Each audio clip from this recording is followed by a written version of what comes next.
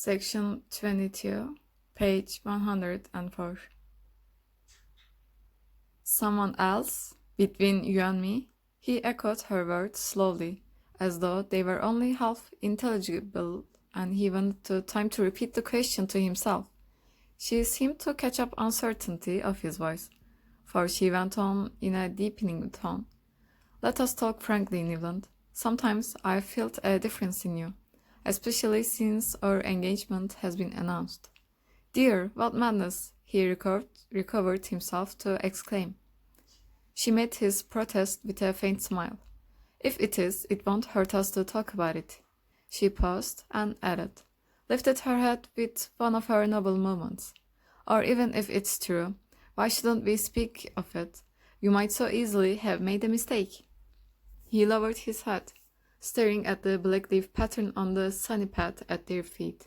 Mistakes are always easy to make, but if I had made one of the kind you suggest, it is likely that I should be imploring you hasten our marriage. She looked downward too, disturbing the pattern with the point of her sunshade while she struggled for expression. Yes, she said at length, you might want, once for all, to settle the question. It's one way. Her quiet lucidity startled him, but did not mislead him into thinking her insensible. Under her hot brim, he saw the pallor of her profile, and a slight tremor of the nostril above her resolutely steadied lips. Well, he questioned, sitting down on the bench, and looking up at her with a frown that he tried to make playful. She dropped back into her seat and went on. You mustn't think that a girl knows as little as her parents imagine. One hears and one notices. One has one's feelings and ideas. And of course, long before you told me that you had cared for me, I would know that there was someone else you were interested in. Everyone was talking about it 2 years ago at Newport.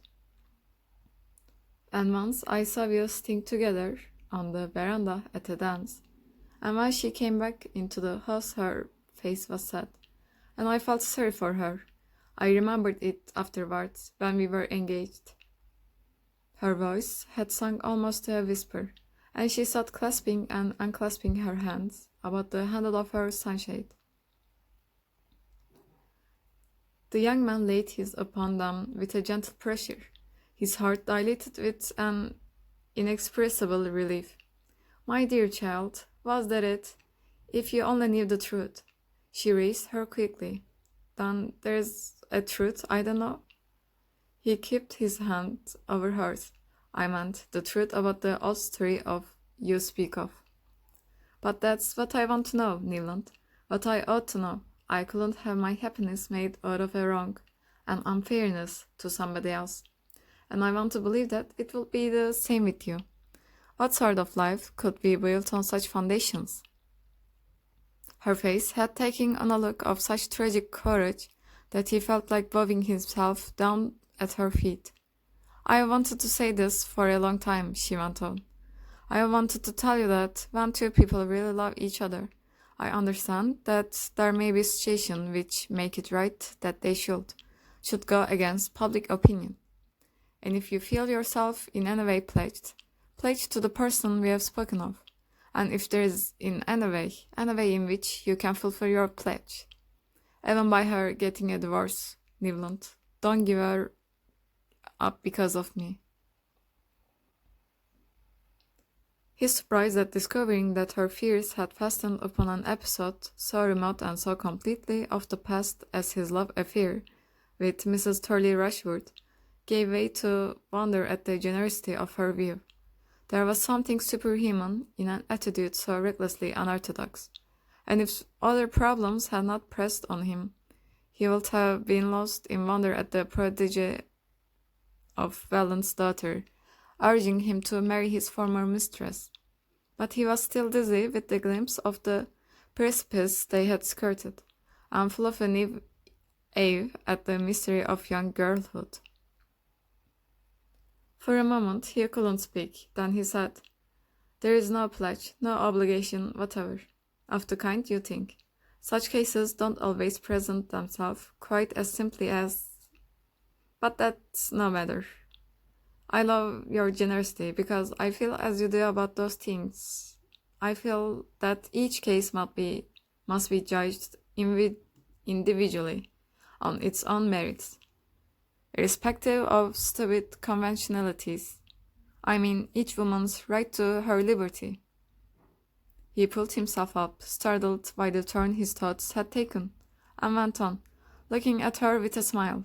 Since you understand so many things, dearest, can't you go a little farther and understand the uselessness of our submitting to another form of the same foolish conventionalities?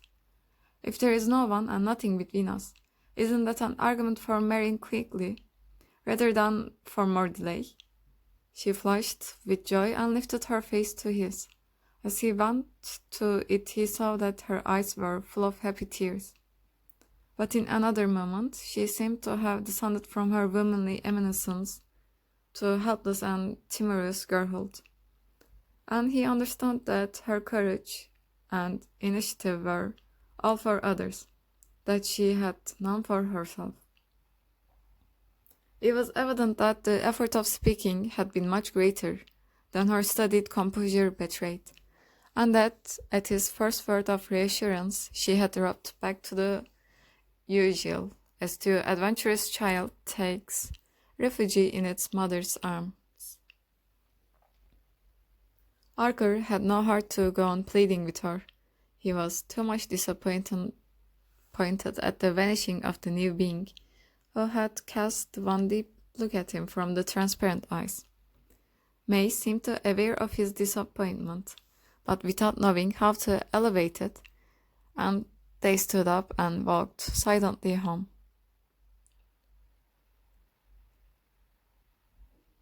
Chapter 17. Your cousin, the Countess, called on Mother while you were away, Janie Archer announced to her brother on the evening of his return. The young man, who was dining alone with his mother and sister, glanced up in surprise and saw Mrs. Archer's gaze demurely bent on her plate. Mrs. Archer did not regard her seclusion from the world as a reason for being forgotten by it, and Newland guessed that she was slightly annoyed that he should be surprised by Madame Olenska's visit. She had on a black velvet polonaise with jet buttons and a tiny green monkey muff. I never saw her so stylishly dressed. Janie continued. She came alone early on Sunday afternoon. Luckily, the fire was lit in the drawing room. She had one of those new card cases. She said she wanted to know us because you had been so good to her. Newland laughed. Madame Olenska always takes that tone about her friends. She was very happy at being among her own people again. Yes, she told us, said Mrs. Archer. I must say she seems thankful to be here. I hoped you liked her, Mother. Mrs. Archer drew her lips together. She certainly lays herself out to please, even when she is calling on an old lady. Mother doesn't think her simple, Janie interjected. Her eyes gripped upon her brother's face. It's just my old-fashioned feeling. Dear May is my ideal, said Mrs. Archer. Ah, said to her son, they are not alike. Archer had left St. Augustine, charged with many messages for old Mrs. Mingott, and a day or two after his return to town he called on her. The old lady received him with unusual warmth. She was grateful to him for persuading the Countess Olenska to give up the idea of divorce, and when he told her that he deserted the office without leave and rushed down to St. Augustine simply because he wanted to see May, she gave an adipose chuckle and patted his knee with her puffball hand. So you kicked over the traces, did you? And I suppose Augusta and Welland pulled long faces and behaved as if the end of the world had come. But little May, she knew better, I will be bound. I hoped she did, but after all she wouldn't agree to what I've gone down to ask for. Wouldn't she indeed? And what was that? I want to get her promise that we should be married in April. What is the use of our wasting another year? Mrs. Manson Mingott screwed up her little mouth into a grimace of miming prudery and twinkled at him through the malicious lids. Ask Mama. I suppose the usual story. Ah, these Mingots, all alike. Born in a rut, and you can't root them out of it. When I built this house, you would have thought I was moving to California. Nobody ever had built above a 40th Street. No, says I, nor above the Battery either, before Christopher Columbus discovered America. No, no, not one of them wants to be different. They are as scared of as it to be smallpox. Ah, my dear Mrs. Archer, I thank my stars I am nothing but a vulgar spicer. But there is not one of my own children that takes after me but my little Ellen.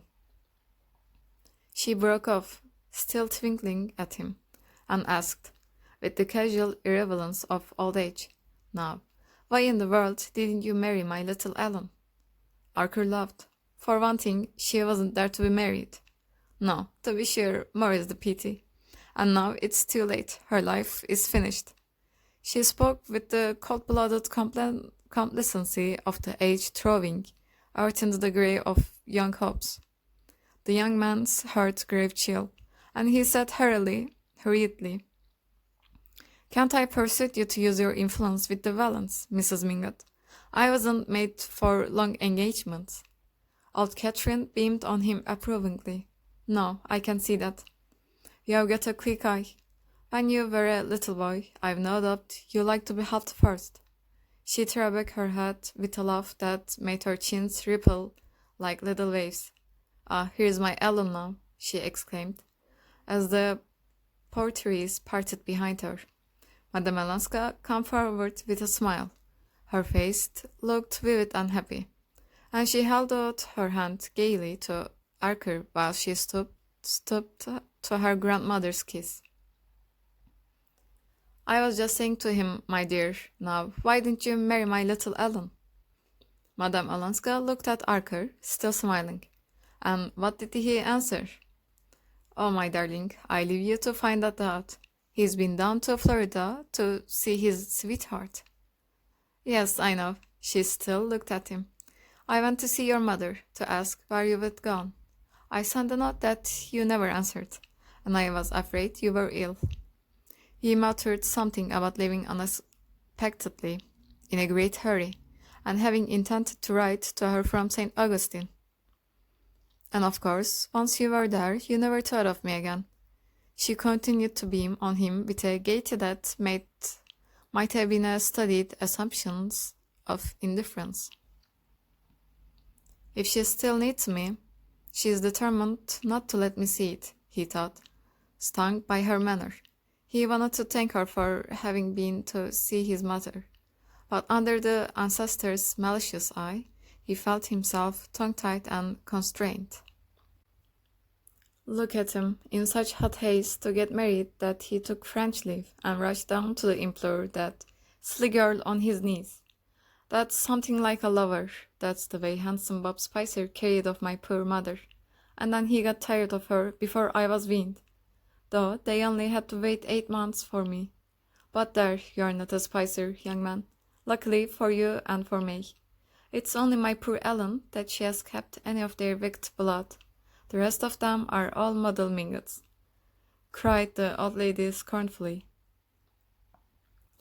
Archer was aware that Madame Olenska, who had seated herself at her grandmother's side, was still thoughtfully scrutinizing him.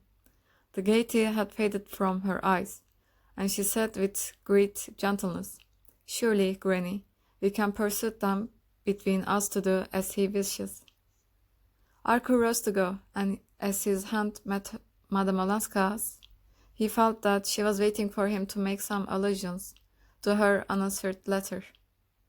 "When can I see you?" he asked, as she walked with him to the door of the room. "Whenever you like, but it must be soon if you want to see the little house again. I am moving next week." A pang shot through him at the memory of his languid hours in the love-studded drawing room. Few as they had been, they were thick with memories. "Tomorrow evening?" She nodded. "Tomorrow, yes, but early. I am going out." The next day was a Sunday, and if she were going out on a Sunday evening, it could, of course, be only to Mrs. Lemuel's stutters. He felt a slight movement of annoyance, not so much at her going there, in parentheses, for he rather liked her going where she pleased in spite of the Van der Deedens, but because it was the kind of house at which she was sure to be meet Beaufort, where she must have known beforehand that she would meet him, and where she was probably going for that purpose. End of the section, page 110.